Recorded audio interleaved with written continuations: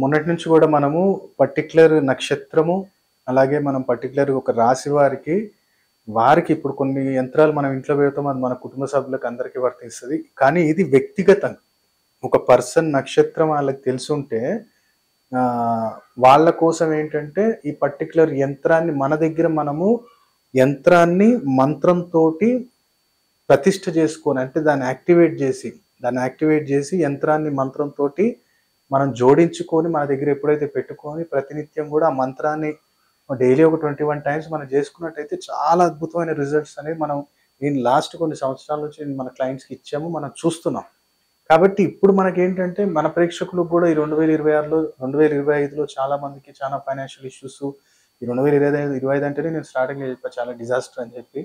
అందుకనే ఏంటంటే ఈ యొక్క నక్షత్రం వారు, ఈ రాశి వారు పర్టిక్యులర్ యంత్రాన్ని స్థాపించుకుంటే మన దగ్గర పెట్టుకున్నట్టయితే ఎనర్జైజ్ చేసి తప్పకుండా ఆ బృహస్పతి ఇప్పుడు గురువు అంటే ఏంటి? నీ భాగ్యాన్ని మార్చేది. నీ హైయర్ ఎడ్యుకేషన్ అంటే నీ హైయర్ ఎడ్యుకేషన్ కావచ్చు, నీ జాబ్‌లో మంచి recognition, increment, time to time promotion కూడా ఇచ్చేది రవి, గురువు యొక్క అనుగ్రహం ఉంది అంటే తప్పకుండా గురువు ఉండాలి ఖచ్చితంగా. హైయర్ ఎడ్యుకేషన్ ఉండాలన్నా బావుండాలి. గురువు బావుండాలి. గురువు అనుగ్రహం ఉండాలి. సో ఇది ఉంటే మీ దగ్గర ఆ మంత్రం చదువుతుంటే గురువు అనుగ్రహం ఉంటుంది. అలాగే మీకు మంచి సంబంధం రావాలి అమ్మాయికి, అబ్బాయికి. గురువు అనుగ్రహం ఉండాలి. సో ఇది ఉంటే మనకు అనుగ్రహం వస్తుంది కదా! అలాగే అబ్రాడ్ ఎళ్ళాం. మంచిగా అక్కడ చదువుతున్నాం. అక్కడ మంచి మనకు అర్హతకు తగ్గట్టు జాబ్ వచ్చింది. లేదు ఇక్కడే మనం చదివాం. మన అర్హతకు తగ్గట్టు జాబ్ లేదు. అంటే గురుబలం లేనట్టే. సో ఈ యంత్రాన్ని మన దగ్గర స్థాపించుకున్నప్పుడు ఆ రికగ్నైజేషన్ వస్తుంది. పొలిటీషియన్స్ కూడా గురు, రాహు యొక్క అనుగ్రహం లేనప్పుడు వాళ్ళు ఎక్కడ గాని పొలిటీషియన్స్ కూడా డెవలప్‌మెంట్ కాలేరు. అలాగే శనితత్వం కూడా ఉండాలి. కానీ శని చాలా స్ట్రిక్ట్. ఆయనకన్నా మ్యానిపులేట్ చేసేది ఎవరు అంటే రాహు. రాహుతో పాటు మంచి స్పీచ్, మంచి వాక్చాతుర్యం ఇచ్చేది ఎవరు అంటే బృహస్పతి. అంటే వాక్ శుద్ధి ఇచ్చేది బుధుడు. అలాగే వాక్కుని మరీ మనకి అందరూ అట్రాక్ట్ అయిపోయేటట్టు చేసేది రాహు. కానీ ఏం మాట్లాడుతున్నాం? ఎంతసేపు మాట్లాడుతున్నాం? క్లారిటీగా మాట్లాడుతున్నామా? లేదా? అనేది మనకు ఒక మైండ్ సెట్ ఇచ్చేది ఎవరు అంటే గురువు. కాబట్టి గురువు చాలా మనకి లైఫ్‌లో ఇంపార్టెంట్. అలాగే బాడీలో స్పైనల్ కార్డ్ కావచ్చు, డిస్క్ ఇష్యూస్ కావచ్చు, మధ్యలో మనకి బాడీలో ఎక్కడైతే మొత్తం మనకి లిక్విడ్ ఉందో, అంటే మన మోకాల్లో గుజ్జు కావచ్చు, ఇక్కడ కావచ్చు, ఇదంతా బృహస్పతి రూల్ చేస్తాడు. కాబట్టి కిడ్నీస్ ఇష్యూస్ కావచ్చు, బృహస్పతి బాలేనప్పుడు ఆటోమేటిక్ ఇష్యూస్ అనేవి రైజ్ అవుతాయి.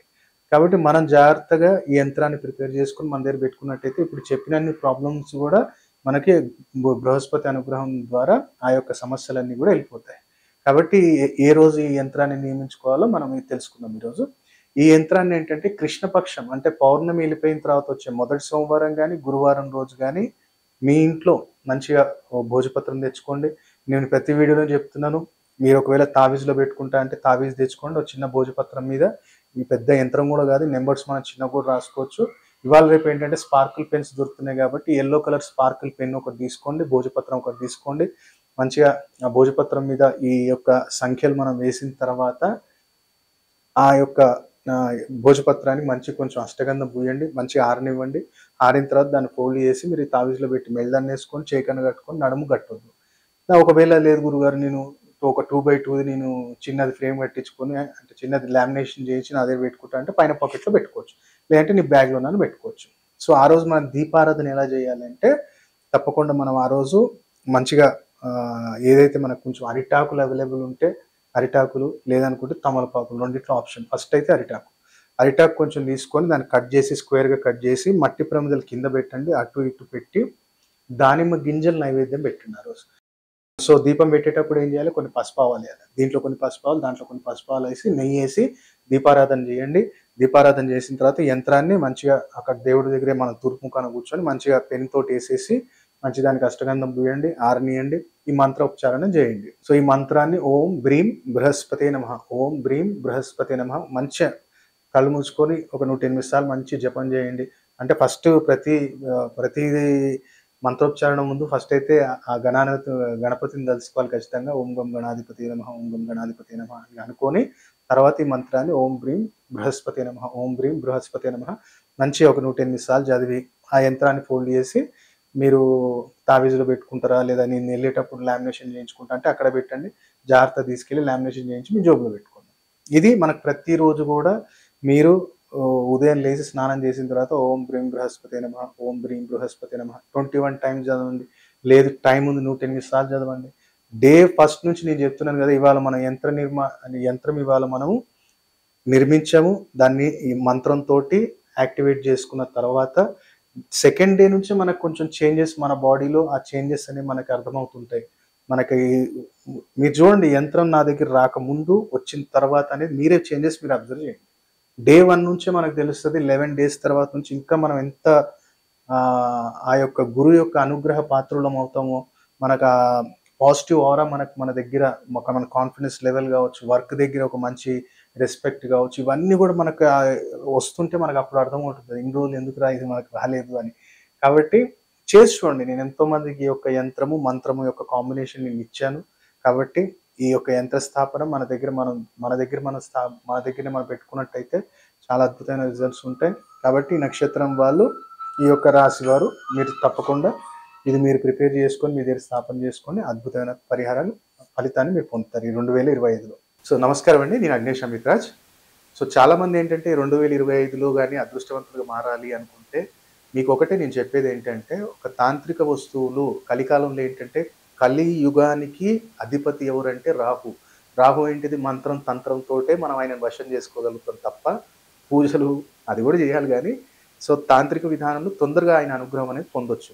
అందుకనే మనం ఏం చేస్తాం, నల్లపిల్లి అడవి పిల్లి ఉంటుంది, అడవి పిల్లి మాయ మనం అభిమంత్రించి అమ్మవారి యొక్క పూర్తి అనుగ్రహం కలగాల మీకు, తాంత్రిక పీడలు ఉండొద్దు, నరదృష్టి ఉండొద్దు, ఎక్కడికి వెళ్ళినా సరే కానీ ప్రతి కార్యంలో విజయం ఉండాలి, వశీకరణం కలగాలి, నా ఇంట్లో ఎవరికైనా అనారోగ్య సమస్యలు రావద్దు, ఎలాంటి పీడ ఉండొద్దు, నరఘోష ఉండొద్దు, తాంత్రిక పీడ ఉండొద్దు అంటే పిల్లిమాయం ఇంట్లో పెట్టుకోండి. దాన్ని మన దగ్గర సంస్థలు దొరుకుతుంది. మంచి అభిమంత్రించి మీరు పెట్టుకున్నట్టయితే నవగ్రహ దోషాలను కూడా తీసేస్తుంది. అలాగే ఎవరైతే వ్యాపారస్తులు ఉన్నారో, వ్యాపారం జరగాలి గురుగారు, మంచి జనాకర్షణ కావాలి, ధనాకర్షణ కావాలి అన్నవారు మన దగ్గర దొరికే జనధనాకర్షణ కిట్ అనేది కూడా మీకు రెడ్ బాక్స్ అంటాం. ఆ జనధనాకర్షణ కిట్ కూడా మీరు పెట్టుకున్నట్టయితే చాలా అద్భుతంగా బిజినెస్లో కావచ్చు, జాబ్లో కావచ్చు, ఎక్కడైనా ఒక ఆకర్షణ శక్తి పెరుగుతుంది. జనాకర్షణ, ధనాకర్షణ, ధనలాభము, ఆకస్మిక ధనలాభం కూడా లభిస్తుంది. అలాగే సంపూర్ణ కార్యసిద్ధి యంత్రం కూడా మనం ఇంట్లో స్థాపించుకోవటం వల్ల వాస్తు దోషము, అలాగే ఇంట్లో ఉన్న ఏదైనా కాలసర్ప దోష నివారణ కానివ్వండి, పితృదోషం, మాతృదోషం ఇలాంటివి ఉన్నప్పుడు సంపూర్ణ కార్యసిద్ధి యంత్రం మీరు ఇంట్లో పెట్టుకోవచ్చు. కాబట్టి ఈ 3 వస్తువులు కూడా మనం గత కొన్ని సంవత్సరాల నుంచి మనం కొన్ని వేల మందికి మనం ఇచ్చాం.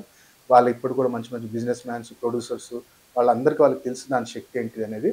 కాబట్టి దాన్ని పూర్తి విధి విధానంలో బంధనం చేస్తాం మనం, చండీ హోమం చేసి అది మనకు పంపించడానికి 10 to 11 డేస్ పడుతుంది ఇప్పుడు. సో ఎవరైనా సరే కానివ్వండి, జనాకర్షణ, ధనాకర్షణ, తాంత్రిక పీడలు ఉండొద్దు, వాస్తు దోషం ఉండొద్దు అంటే 3 వస్తువులు పెట్టుకోవచ్చు.